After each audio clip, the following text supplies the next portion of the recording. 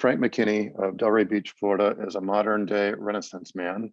Frank is known as a real estate artist who has created and sold 44 oceanfront mansions on spec with an average price of $14 million. A self-described philanthro-capitalist, Frank has built 30 self-sustaining villages in Haiti during the past 20 years, providing 13,000 plus children and their families with homes, schools, clinics, community centers, churches, renewable food, and clean water, as well as a means to support themselves. Frank is also a best-selling author of 8 books and counting, an actor and a keynote speaker. Physically, and this is something I can relate to, Frank has pushed the limits of his body by racing in the Badwater 135 ultramarathon 12 times in the scorching summer heat of Death Valley. And it's known as, by National Geographic, as the world's toughest foot race. I might point out that there were 12 times that he's entered and 7 times that he's finished. So there's a lot of learning that takes place in those other 5 experiences, I'm sure. And most remarkably, more recently, he's also a cancer survivor. Frank and his wife, Nilsa, are the proud parents of daughter Laura, and he is featured in the upcoming episode of the Special Fathers Network Dad podcast as episode number 260. Frank, thank you so much for joining us today. Anytime you can jump in and try to fill the shoes of Warren, that's a pretty tall order. So when David asked me at the 11th hour if I could be the backup singer to Warren, I'm happy to do it. And David and I have a very new relationship. As he said, I was recently interviewed on an upcoming podcast for the SFN group, and I guess I'd consider myself a bit of an outsider because I don't have a special needs child, although I think what attracted David and I to each other was first on the surface. I just finished writing a book that just went bestseller called Adversitology. It's a made-up word. Adversitology, overcoming adversity when you're hanging on by a thread, either physical adversity, financial adversity, emotional adversity, or spiritual adversity. And we just toured the book across the country, stopping in 26 cities in 27 days. And instead of doing the typical book tour where you go to TV stations and radio stations and podcasts and bookstores, we stopped at homeless shelters, soup kitchens, food pantries, detention centers, abused women's facilities, veterans facilities, and treatment facilities, delivering the message of hope found in my book, Adversitology. Because listen, if you look at the cover of my book, and I know the screen's kind of tiny, but there's an image of a hand hanging onto a rope, a frayed rope, which is really the metaphor for a life that's kind of falling apart, and it's being held together by a thread. And so who's really hanging on by that thread more than homeless people? And in my career as an author, I've met over 10,000 homeless people. It's not an exaggeration. Every book tour I do, I've toured 6 of my 8 books. We stop at homeless shelters and we give talks of inspiration, aspiration, and hope. And I think that the connection really was, when it comes to my daughter and David, is I had a very troubled childhood. I went to 4 high schools in 4 years. I was incarcerated in juvenile detention 7 times. I left high school with a 1.8 GPA. My parents asked me to leave Indiana because I was the oldest of 6 and I was just ruining the family. So they put me on a plane with a one-way plane ticket and a $50 bill out of Indiana. And I landed in a small town of Indiana. I leave this little farm town in Indiana, just a corn-fed country boy, and I land in Palm Beach. Lifestyle is the rich and famous. You know, it's just an amazing culture shock to me. And I wanted the life that I saw there for you young people. The gentleman that was just speaking, I think I lost his picture, the guy who was in the woods, he might remember MTV Cribs. You know, we don't all remember Lifestyle is the Rich and Famous. Older people would. And man, did I want that lifestyle. But how was I going to get it? You know, I was uneducated. I had no friends, no money, no network, no education, of course. And I was a maintenance worker on a golf course, proud to be a maintenance worker. I might believe in the welfare system, but I don't believe in the welfare mentality. Very proud to have a job, earn 180 bucks a week, earn the nickname the White Haitian because of my work ethic. But I was around affluence. I was around these people that can play golf all day and eventually tennis in the afternoon. I became a tennis instructor. I went from $4 an hour to $50 an hour. I was making $100,000 a year as a tennis instructor. And Then I got into the real estate business because I earned my PhD in entrepreneurship, my master's in real estate on that tennis court, teaching very wealthy people how to hit a better forehand and a backhand. And they taught me, Frank, with your discretionary money left over after paying your bills and taxes, you should be in real estate, because that's how I got to live my lifestyle as rich and famous, they would say. So lo and behold, in the late 80s, I bought a crack house, not cracked foundation. We're talking crack cocaine. We took it, fixed it up, flipped it. By the way, the word flip was something that was used in gymnastics. It wasn't something that was used in real estate back then. And we made a $7,000 profit. And I say we, my wife and I have been married 33 years. Since then, we kind of jumped up in price point, where as David said, although he misspoke, we have done 44 houses with an average selling price of 14 million, not 44 million, all in speculation. So we build them without a buyer, like the field of dreams. Build it, you hope they will come, and you believe they will come. And I have, according to my therapist, I have satisfied my addiction to excitement in a constructive way. When I was younger, it was very destructive. I would get in trouble for doing things I shouldn't do because I was excited about, I don't know, stealing money or stealing a car or selling drugs or what have you. Now I have a constructive outlet. I've had one for 30 years, not knowing when I'm going to get paid and sitting on a $15 million piece of property. Are we going to be eating at Ruth Chris Steakhouse, or are we going to be eating out of a dumpster? I never knew that answer for 30 some years. We waited 8 years to have our daughter because I wanted to be able to walk her to school. I wanted to be able to go to a park with her at 11 o'clock on Tuesday and not worry about finances. And so what started on the first day of pre-kindergarten, we lived about a mile from her school. I walked her to school that very first day of pre-K. She's 4 years old. Her legs are so short that it takes 20 minutes or 25 minutes to walk a mile. Well, that first walk turned into a second walk, and the second walk turned into a third walk from pre-K until 8th grade. That's 10 years.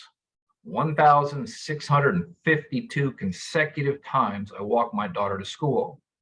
She never sat in the backseat of a car.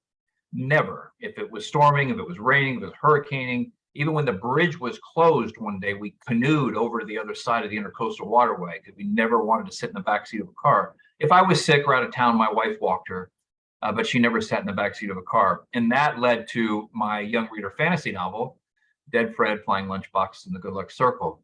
But those 10 years that I had with her in choosing not to be she was an only child. I was pretty busy and doing some high profile things. And I chose not to be one of those disconnected dads, that had the little thing in his ear and he's listening to this phone on one end and he's not paying attention to his kids.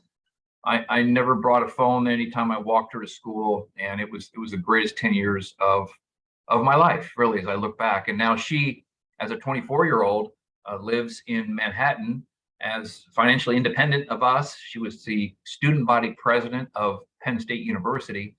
From 46,000 kids, she was president of the whole college a few years ago. So that was pretty amazing. But back to the subject of adversity, because when I've done a lot of research on your organization, David, before we had our first podcast together, our first conversation, and I see all these international names here that I can't even pronounce. It's clear that you have a reach all the way across the country. And when I finished my podcast, I do hundreds of podcasts a year. I have to say that I cherish what you sent me. This is the coin that you sent me, and I can't wait to give one to somebody on Father's Day. That you get a lot of trinkets when you do podcasts, and I've been on Oprah a couple of times. I've done a lot of media stuff. This is something that's going to sit on my desk for the rest of my life because I'm so honored. And the story behind that coin, because everybody on this podcast or everybody on this mastermind, you all have endured the ultimate form of adversity. And when you listen to our podcast, I can help you. I can't help you avoid your adversity. Obviously, it's something that's a part of your lives now, assuming that you're taking care of special needs children.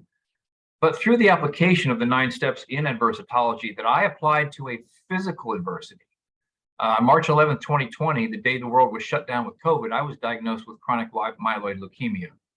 My magic carpet was ripped out from underneath me. Everything that I thought I was made of Teflon was no longer. And I felt like, well, I was told my ride was going to soon be over. And I applied these 9 steps that I kind of manufactured, that I made up to get through that physical adversity. And I realized that application applies to relational adversities, not just romantic relational adversities with your children, the special needs children, financial adversities, and spiritual adversities. And I think that's why the book went bestseller pretty quick, is because everybody in their life is going to go through adversity. Through the application in the book, I can help you get through it quicker and with far less pain. Well, Frank, thank you for the overview. There's so much more to the story, right?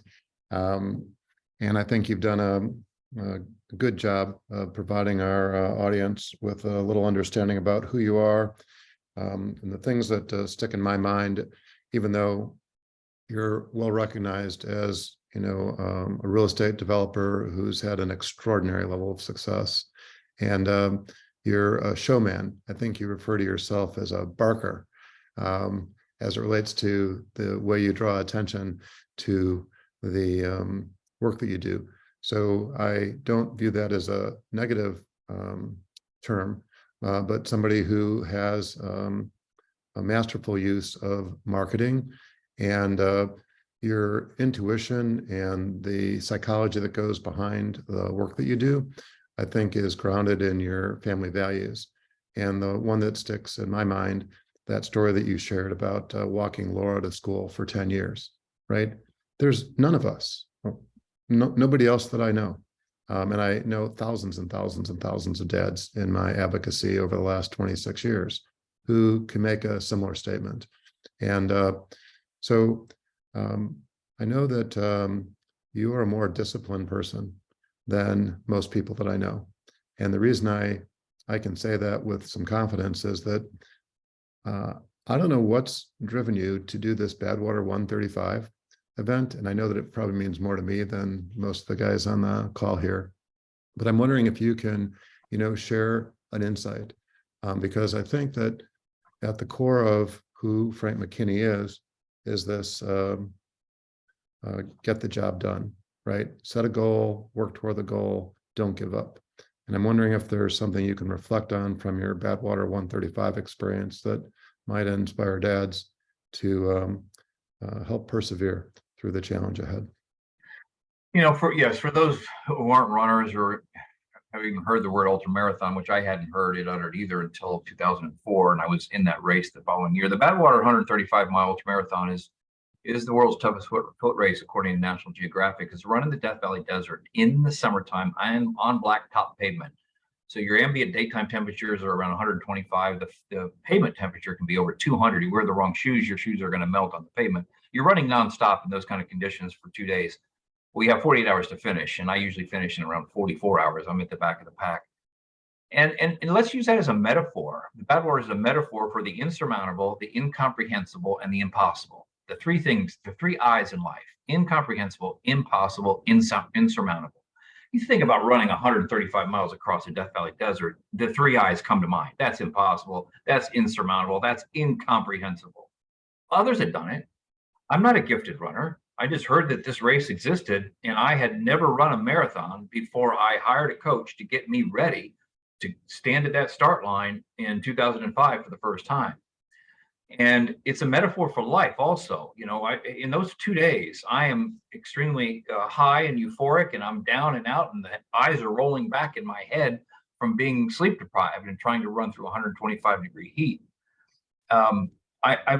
There's a great mantra, actually one of the chapters in a prior book I wrote called Aspire.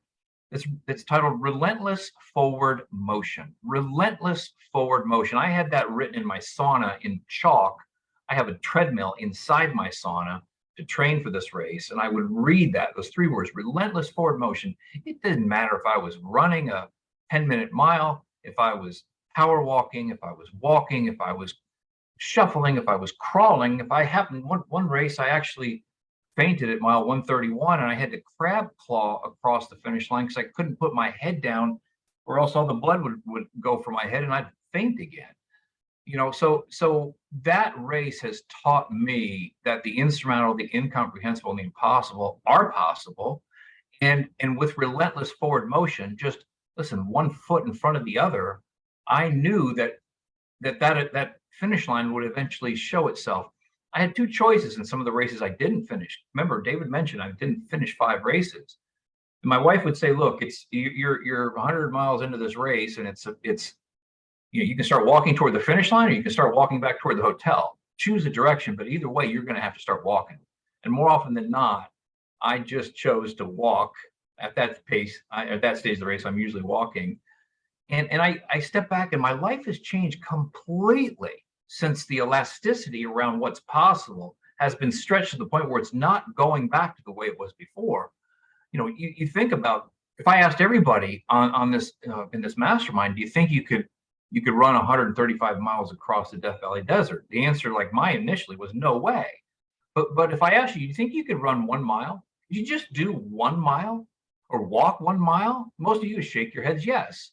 Then just do that 135 times. You bite these big things, these big endeavors up into, or cut them up into small little pieces, and they become, as a pedestrian, as somebody who is 1 step away from the couch as a couch potato, these big things become possible, including the insurmountable, incomprehensible, and sometimes impossible things that y'all have to go through with your children that you're taking care of.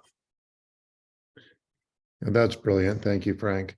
Our time is out, but I just want to say thank you again for pinch hitting for Warren on very short notice. Thank you for your words of inspiration, and thank you for your friendship. And I wish I would have been able to present your coin to you in person in a handshake, but I'm confident that when we do meet, I will replicate that experience.